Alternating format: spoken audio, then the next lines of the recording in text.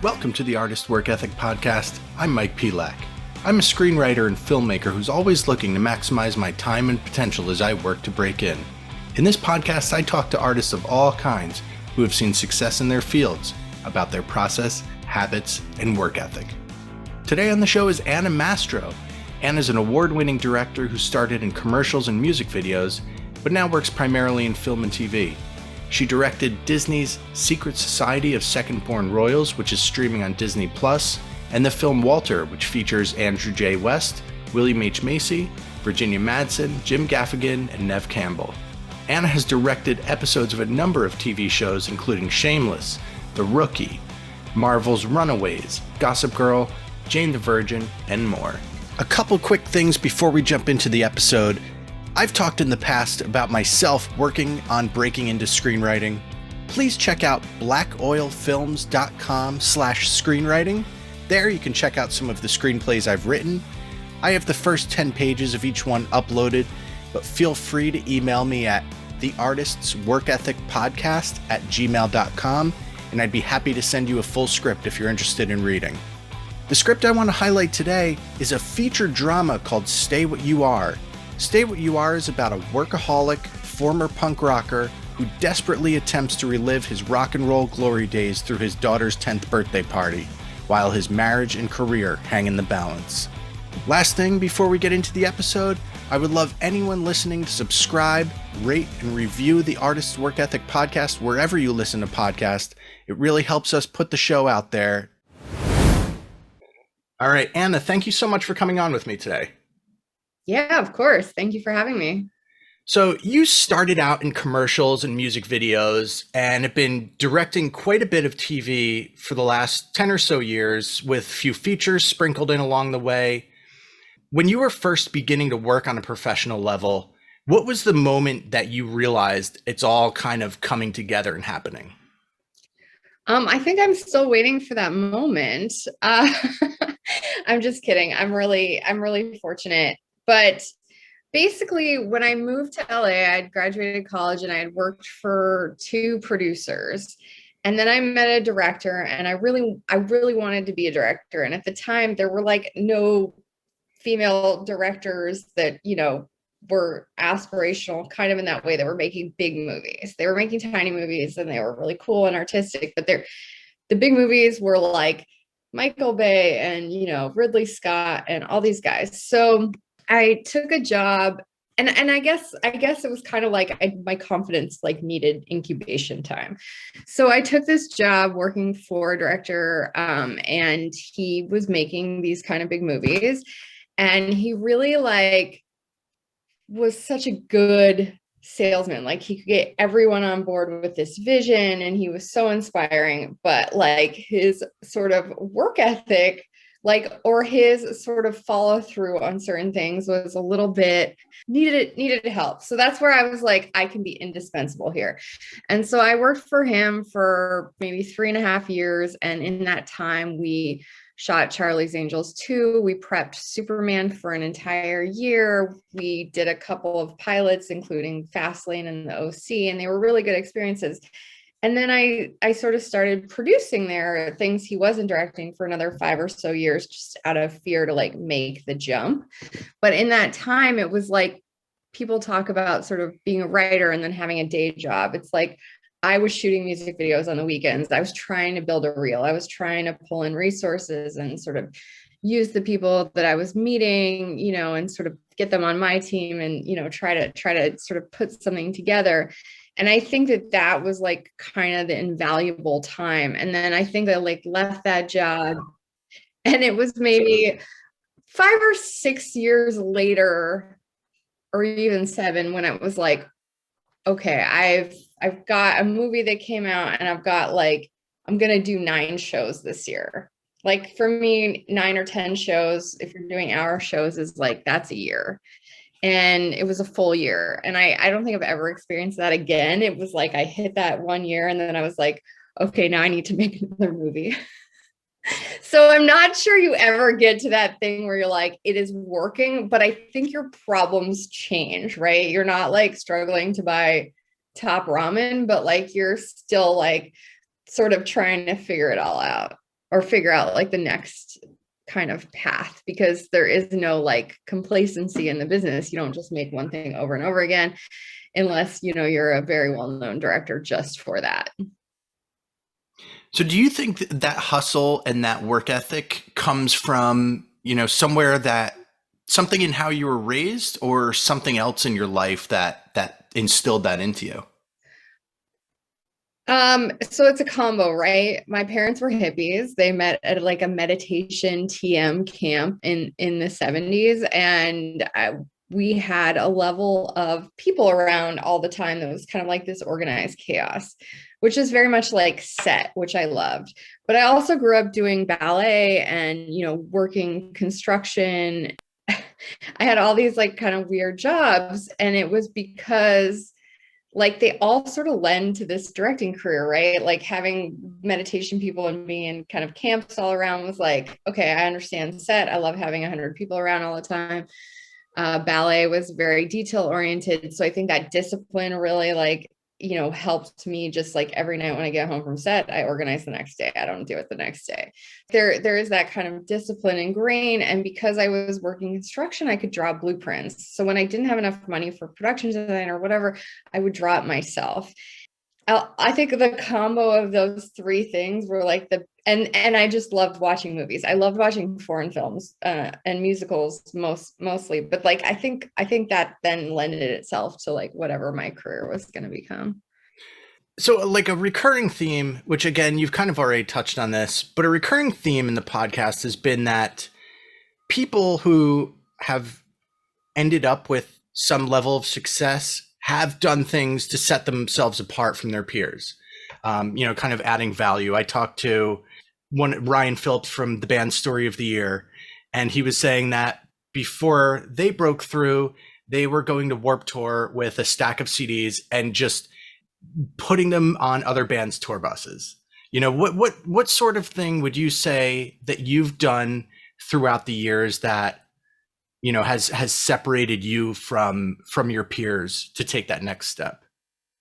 I mean, I think every time I get stuck, I just take out a camera and shoot, which is not like I do feel like there's a, you know, there was a trend in our business for so long where people were kind of hired on potential.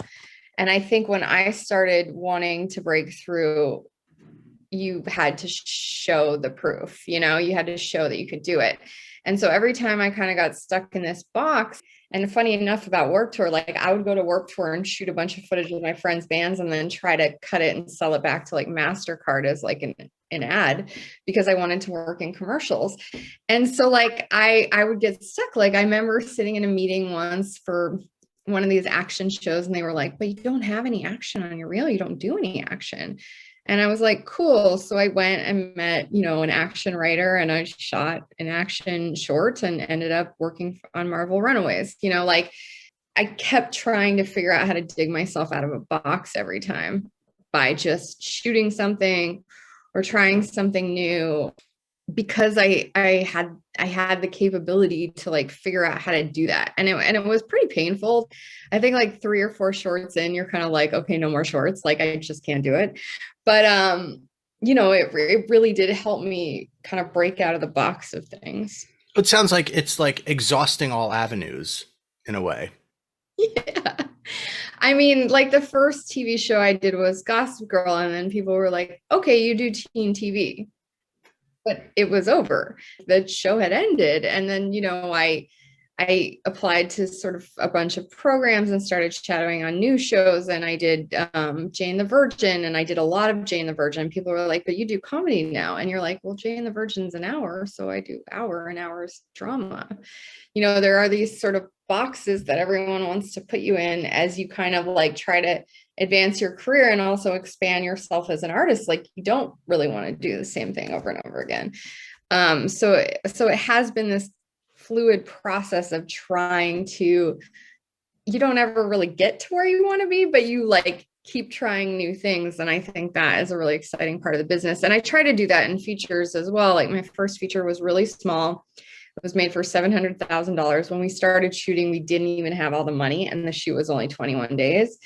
So like I shot 5 or 6 days. I showed it to another financier. I tried to get all the money to finish it. And, it was kind of a big borrow steal type process all the way to the end. And then I kind of got into another TV sort of project right after that.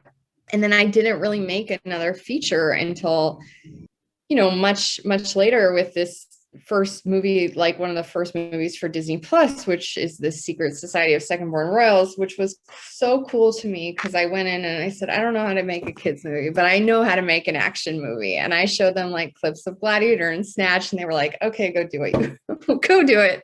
And I was like, really? And they were like, yep, go do it. And so I think and it's funny, like all of the movies that I've made or all of the shows that I've pitched from scratch, they look so much like the materials that I present in the very beginning. Like it was really weird because I spend so much time in the beginning sort of cooking up what they're going to look and feel like. And then in the execution, it's pretty insane. Oh, it's great that you've been able to stick to your vision along the way. I think something just bakes in, and it bakes in across all the departments, and then you just start like making it better and cooler, and it sort of evolves from there. How important would you say that persistence and perseverance are to, breaking through in film or writing or directing or TV or any of those mediums? I think it's like 70% and then 30% talent.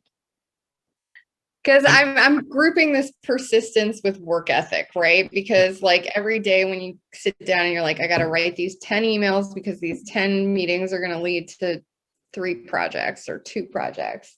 But it's so painful to do that. And that is like the persistence kind of work ethic part. Whereas if you never did that, they never would have happened.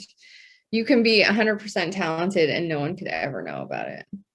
Yeah. I mean, it's kind of one of the, it's a cliche saying or whatever phrase, but it's just you're talking about basically creating your own luck in that, working through to have those 10 emails even coming to you and then continuing to push through those into whatever that 1 or 2 or 3 projects that develop out of them. I think that's just, it's super important for people to realize that no one who I've talked to through, I don't know, almost 40 episodes now has like fallen into anything. It's all been very... I mean, I'm waiting for it. I wish.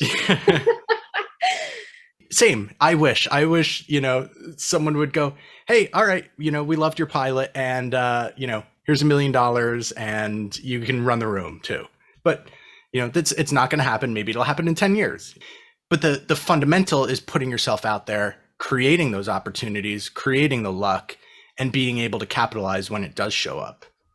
I'm a huge believer in that. I mean, I think, the one great thing I really learned from this director that I worked for a very long time was like, we were sitting around brainstorming and trying to create our own luck and our own slate and our own ideas. Like we were not waiting for an agent or someone to sort of send something and something to fall upon us. It was like we were out there actively trying to like think of stuff and put it together.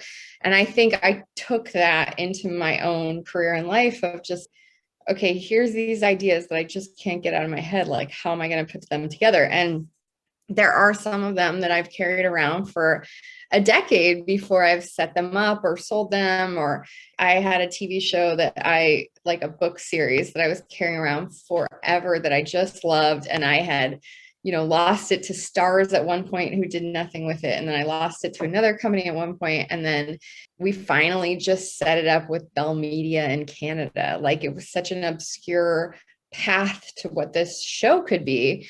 And I have like a handful of those things, just like books I loved or things that I just can't part with, that I'm just like, I'm going to sell these or I'm going to make these, I guess is a better version of that. I have a musical that's a stage musical that I optioned that I've been writing the script for forever. and still working with the theater team that had put on the musical. And I think we're like 7 years into it. It's like, but to me it's like this tiny little movie that could, like, someday it will be like this thing that gets made and is wonderful. So how would you say these days you're structuring your day to be as productive as possible in both your craft and the business side of things? So that part's really hard. Like, I wish I had a partner or somebody else to do the business stuff and I could just focus on being creative, because what tends to happen is that I'll get a number of phone calls or have a number of Zoom meetings, and then I can't write, or I can't work on a pitch, or I can't, transition so easy. But ideally, I kind of work up. I try to do something physical to just get out of my head, because sitting all day is like not my, and this is if I'm not on set. So if I'm not on set, I'll do this. I will like go for a walk or go for a run or go for a hike, come back, see if there's anything urgent, try to put it to the side and try to either write or work on whatever pitch I need to work on until like lunch. And then I sort of do all the stuff that doesn't require any brain work, like emails and phone calls and pulling images or conference calls in the afternoon. And then I try to do like nothing at night. Like, I try to watch something or, do some research or do something social at night to just get it all out of my head. But more often than not, I just end up reading and, going through things that need notes and things. Awesome. Anything that you want to plug before we go? Hopefully by mid-June, I will get announced and I will be starting prep on a Netflix movie. So we're just trying to get that off the ground and going. And it was something that I had to pitch on and, a project of theirs. So I'm very excited about it. Awesome. Well, Anna, thank you so much for coming on with me. Yeah, thank you. Thank you so much for listening today. Please subscribe to the Artist Work Ethic podcast anywhere you listen to podcasts, and please rate and review the show. Follow us on Instagram at The Artist's Work Ethic and check out theartistsworkethic.com.